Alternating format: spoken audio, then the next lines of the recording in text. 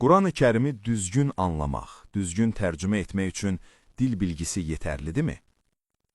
Məntiqin rolu və şərhlərin müxtəlifliyi. Quran-ı Kərim İslam dininin təməl qaynağı və müsəlmanlar üçün müqəddəs kitabdır. Onu oxumaq, anlamaq və həyatında tətbiq etmək hər bir möminin arzusudur. Lakin bu yolun başlanğıc nöqtəsində çox vacib və hələ də geniş müzakirələrə səbəb olan bir sual dayanır. Quran-ı Kərimi düzgün anlamaq, düzgün tərcümə etmək üçün dil bilgisi yetərlidirmi? Tərcümələrin çoxluğu və müxtəlifliyi. Günümüzdə Quran-ı Kərimin dünyanın demək olar ki, bütün dillərinə minlərlə tərcüməsi mövcuddur. Bu tərcümələrin əksəriyyəti ərəb dilini yüksək səviyyədə bilən, sahəsində tanınmış mütəxəssislər tərəfindən hazırlanmışdır. Ancaq paradoks ondadır ki, bu qədər mükəmməl tərcümə olsa da, onların arasında ciddi fərqlər, bəzən hətta ziddiyyətlər müşahidə olunur. Bəzən eyni söz və ya cümlə bir neçə fərqli şəkildə izah olunur, müxtəlif məna çalarlara əlavə edilir və nəticədə oxucu çaşqınlıq yaşayır. Bəs bu necə mümkündür? Əgər tərcüməçilərin hamısı ərəb dilini dərindən bilirsə, eyni sözün və ya cümlənin müxtəlif cür başa düşülməsi necə izah oluna bilər? Bu sualın cavabı ya ərəb dili bilgisinin yetərsizliyində, ya da tərcüməçilərin öz şəxsi düşüncə və ideologiyalarını tərcüməyə qatmasındadır. Hətta doğma dili ərəb dili olanlar belə Quran-ı Kərimin bəzi sözlərinin mənasında ortaq məxrəcə gələ bilmirlər. Deməli, təkcə ərəb dilini bilmək demək ki, yetərli deyil.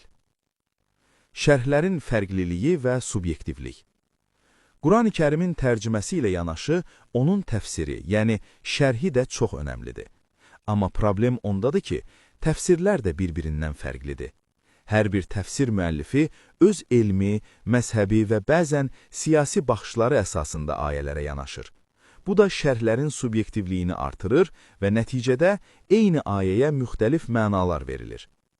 Əgər Quran-ı Kərimin əsas məqsədi insanlara doğru yolu göstərmək, birliyi təmin etmək və haqqı bəyan etməkdirsə, bu qədər fikir ayrılığı və məna çoxluğu əslində bu məqsədə zidd deyilmi?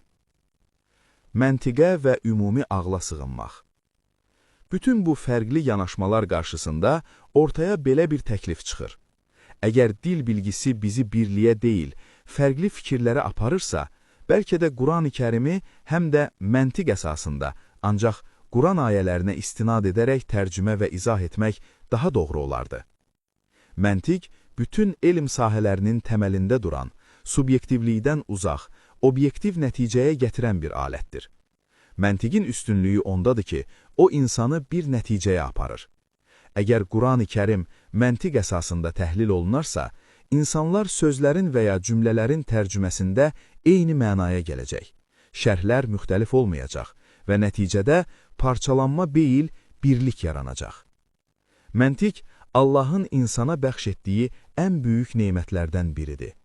Quran-ı Kərim özü də dəfələrlə ağlınızı işlətmirsinizmi, düşünmürsünüzmü kimi ifadələrlə insanları düşünməyə, nəticə çıxarmağa, qavramağa dəvət edir. Bu isə onu göstərir ki, Quran-ı Kərimin izah açarı ərəb dili bilgisi ilə yanaşı həm də ağıldır, düşüncədir, məntiqdir. Nəticə. Ərəb dili Quran-ı Kərimi orijinal mətndə oxumaq və anlamaq üçün əlbəttə ki, vacibdir. Amma ərəb dili məqsəd deyil, vasitədir. Əgər bu vasitə insanları parçalanmaya və fikir ayrılığına aparırsa, o zaman Quranın ruhuna uyğun olaraq məntiqə, düşüncəyə və ümumi insani dəyərlərə söykənmək daha doğru yanaşma olar. Quran-ı Kərim yalnız ərəb dili bilənlər üçün deyil, bütün insanlıq üçün nazil olunub. Onu anlamaq üçün təkcə dil bilgisi deyil, düşünmək, məntiqdən istifadə etmək, təəssübkeşlikdən uzaq durmaq və haqqı tapmaq istəyi lazımdır.